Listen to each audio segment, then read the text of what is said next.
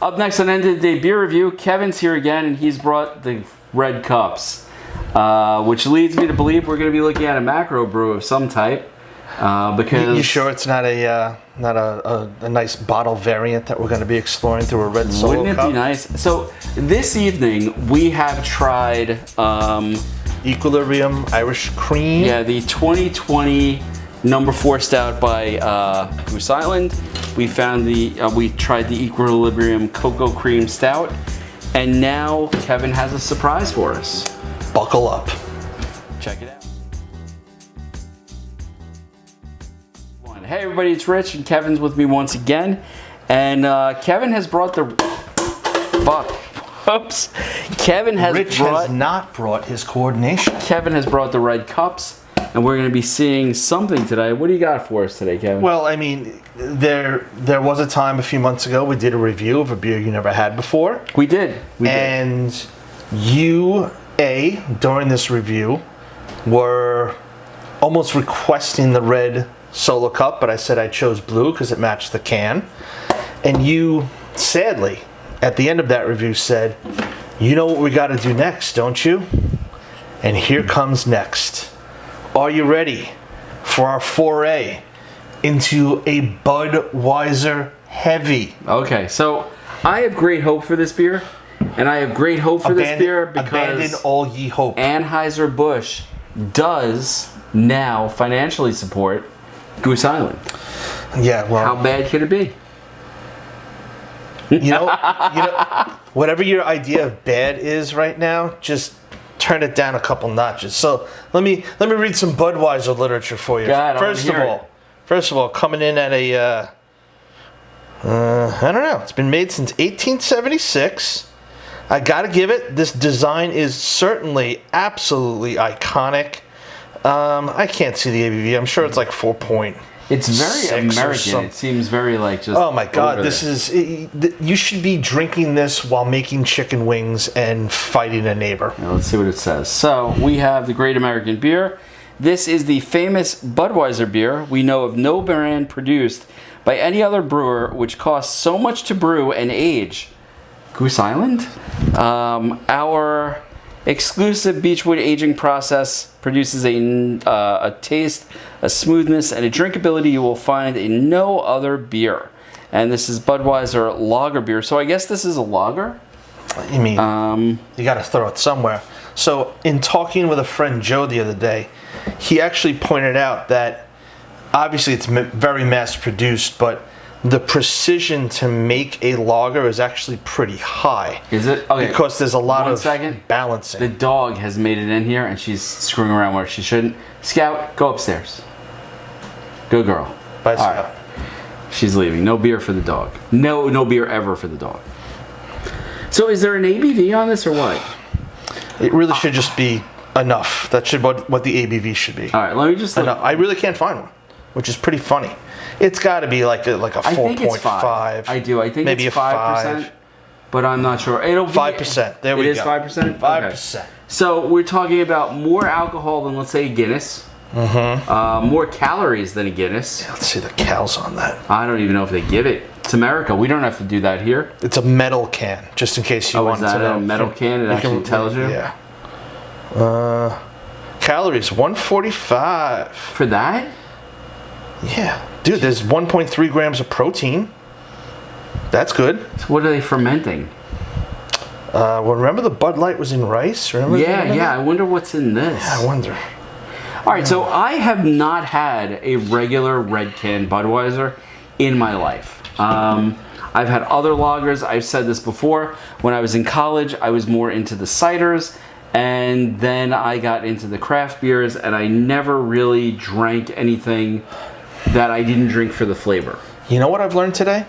You're not a real American. No, I guess not. You are not. You need training, prayers, vitamins, Bud Heavy. I'll take the training and I'll take the vitamins. You keep the Budweiser and the prayers. This sounds like a very unequal trade. It really does. All right, you ready to suffer together? Proudly brewed in the USA. Hold on one second. I just wanted to see where, if anything. I don't know. Colorado? No, that's Anheuser-Busch. I don't know. Out there. It does say to drink it responsibly.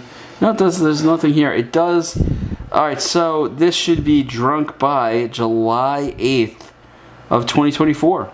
Good. So we're in good Squeaking shape. in. God, you do the honors, man. Jesus.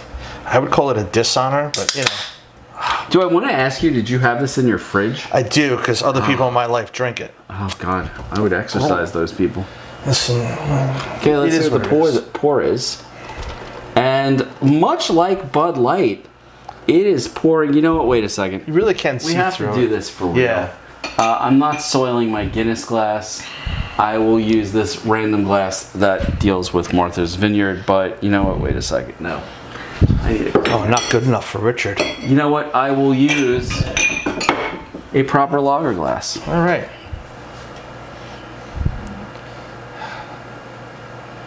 So, It really has like a cider-ish color. it really does. It's really, it's a little gold, much golder. Yeah, I take that definitely. Like, this is a good urine sample right there, color-wise. If your pee comes out bubbling like that, we got well, issues. not bubbling, but definitely. Oh, you know what? Don't you?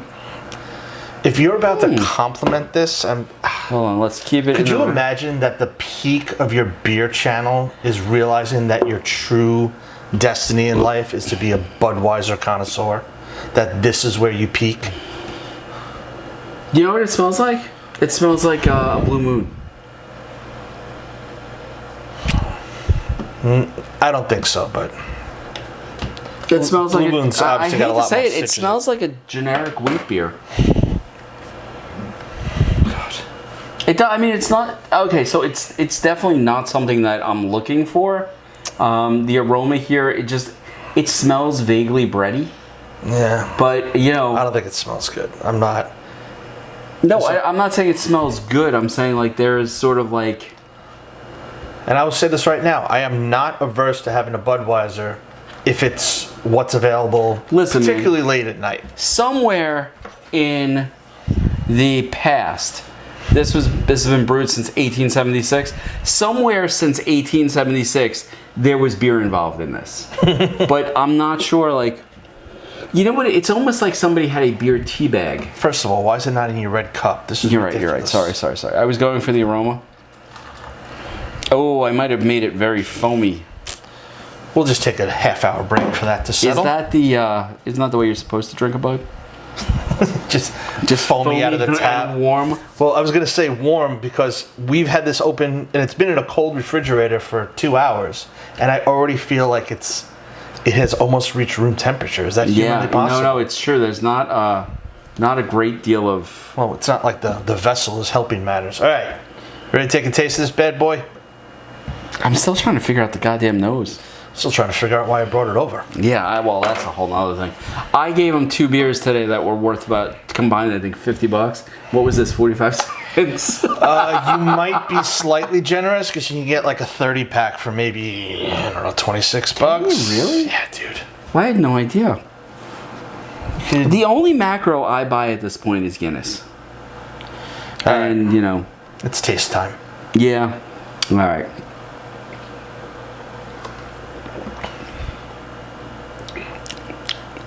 Just boring. There's It's nothing. not terrible. It's not completely terrible. I get why people like it. There's no flavor. Old standard. There's not much going on. There's no flavor at all. It's just beery. It's like beer adjacent, though it's like the most iconic American beer you can have. Okay, so I'm going to say it. You said Bud Light had no taste. And Dude, I've had plain seltzers that had more taste than this. This has no taste. it really does have very little taste. I'm getting, you know what? Right. Okay, so mouthfeel. It's very crisp. There's a good amount of carbonation. I could see why people would drink this on a hot day. Yeah. But Especially if you're redoing a roof at a prison in Maine in 1954. they didn't drink Budweiser, did they? I don't know. He brought them cold something. It was- God damn it! I used to be able to quote that movie. Yeah. Man feels more like a man doing work outside when he's got a bottle of Suds. Suds. Yeah, that's right. So, what's the name of the place that Andy went? Sewataneo. Very good. All right, that's nice. So we're drinking Budweiser and talking about Shawshank Redemption. God damn it, Stephen King could write a story. Yeah. And Frank Darabont could direct it. Yeah. So, but that being said, I have to tell you, 30 years in prison, if somebody gave me this, I'd be a little bummed. I mean, in 2024. But this is what you would have known going in if you weren't so bougie. Dude, this is like, I think I could brew better in the toilet. Give me a little sugar, a little yeast. Is this a challenge that you're issuing? I just don't get a taste out of it. Listen, I do realize that, the beer that we look at on this channel is not, I guess, traditional American beer. If this is traditional American beer. We've come a long way. Yeah, we really 25 years. Listen, would I turn my nose up at this if this is all that's there? Yeah. Yeah, I would. I'd drink a fucking Coke. Yeah. At least there's some flavor. That's my biggest problem with this. Wow. How many calories? Like 145. For 145 calories, I could have something that would be better. It wouldn't be alcoholic. Yeah. Yeah, you're not wrong. So, this is apparently the most popular beer in America. It went up my nose. Ugh. At least it has some flavor now. Yeah, sinus cavity. That's exactly what it is. Jesus. God, drink 6 more of them, it'll be coming out your nose. Okay, so full disclosure here, my expectation when I tried a bud was for it to be just repulsive. I expected something sort of skunky, that you could taste the can. My problem is you can't taste any. I can't taste anything. There's nothing here that's registering as being like flavorful. The carbonation is good. The mouthfeel is crisp. But this to me is no different than drinking a seltzer. Right, but all the reasons you just said you don't like it are why people can drink double digits of them. Why bother? Listen, you ask great questions. No, I mean that. Like, looking at this, price, I could see that being an issue. But, let's say, but even price, man, even a goddamn Heineken tastes better than this. No, I will strongly disagree with that. Okay, so if you don't like that flavor profile, at least there's a flavor. Yeah, but it's a bad flavor. I'd rather 5 of these than 1 Heineken. And I'd rather just go with the Guinness or something like that. Yeah, sure, but like Heineken, ooh, boy. I don't mind Heineken. Oh. It's not great. A rough go. Quite honestly, like if I have to drink a macro, my go-to first is Guinness. After that, it's like Peroni. And after that, it's probably Stella. Yeah. Those are probably and I think the Stella and the Peroni could be either way. Yeah, they'll taste the same. Yeah, but they have more flavor than this. I agree. I don't really like Stella though. Either. No, I don't like any of them. Quite frankly, and I remember somebody on this channel actually said that I shouldn't be allowed to drink beer anymore because of one of my opinions about the heady topper. I saw that review. But I will tell you, if given the choice between drinking this and drinking something that had no alcohol in it, that had flavor, I think I'd go with the flavor. Yeah. So, I understand your points. But, I keep trying to get something out of it, but there's just nothing to be had. This is worthy of the, 1/100th of a cent red cup that it's being drunk out of. So. Anyway, folks, so that's our look at Budweiser. The king of beers, which, I normally don't curse on the channel, but how the fuck did that happen? Listen, limited choices. I guess that's what it was. Limited choices. They were able to jack up their productivity, and it became an advertising juggernaut. I guess so. It's just, listen, do I appreciate Anheuser-Busch for Goose Island and the money they've pumped into that? To an extent. Would I ever drink this again? No. I go with a spirit as opposed to drinking this. You know what I mean? Like a Bailey's, like we were talking about before. Or, which by the way, is 3 times the alcohol of this. Or, like a bourbon, which is 10 times the alcohol of this. It just, to me, there's something, I don't want to say comical, but there's something just really interesting that Budweiser for decades, Ruled the world. decades, a century, has been the beer. Like, as a kid, you knew the logo. We as a society in America have celebrated these commercials during Super Bowl. Horses. They were a big Love freaking. those It was a horses. big deal. And you look at it, and all of that money was for this. Yeah. Hey, Maybe listen, it was better back in the day. I don't know. I think it was better because there weren't options. Maybe. You know, like, if you have 3 beers you can have, you're going to pick a favorite. But now that there's 30,000, you know. I guess so. That's, you know, I have to say it's not even disappointing. It's just shocking to me. Yeah. Again, the lack of flavor. And that's Budweiser now and Bud Light. I have to be honest, like, if we were to open a Bud Light right now, which, by the way, there's none in the bar. Not yet. No, there's none in the bar. I don't think you would be able to tell the difference between the two other than by the color. Taste-wise, I feel like you would. Maybe you need it side by side then. I feel like just Bud Light just doesn't taste good. I feel This is taste indifferent. Bud Light to me does not Oh taste no, I felt good. like Bud Light was taste neutral. There was no flavor. Yeah. In fact, I think that's what I said on the review over and Yeah. over again. There was just no flavor. yeah. But like this, like, I almost feel dirty touching the cup. That is the bougiest thing you've ever said. Give me time, man. I'm sure I'll get something better. All right, 5% of America's favorite beer, Budweiser, the king of beers. I don't know if you knew this. It's proudly brewed in the USA. It is, and I got to tell you, that's disturbing. Listen, this is the best we can do. This is it.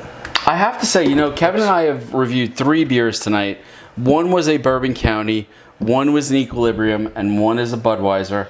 And I have to say, like, we started on the high. Yep. And we've really come down to what I think is a low. I've always thought when I saw that scene on Jaws where Quint took the beer can and smashed it against his head, which, by the way, I don't think it was a Budweiser. I think it was a Schaefer.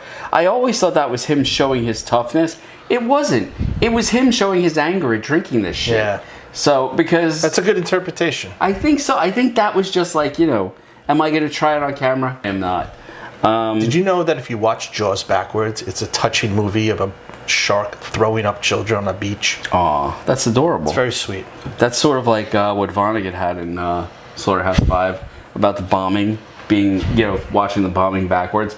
All right, folks, this has been a long one.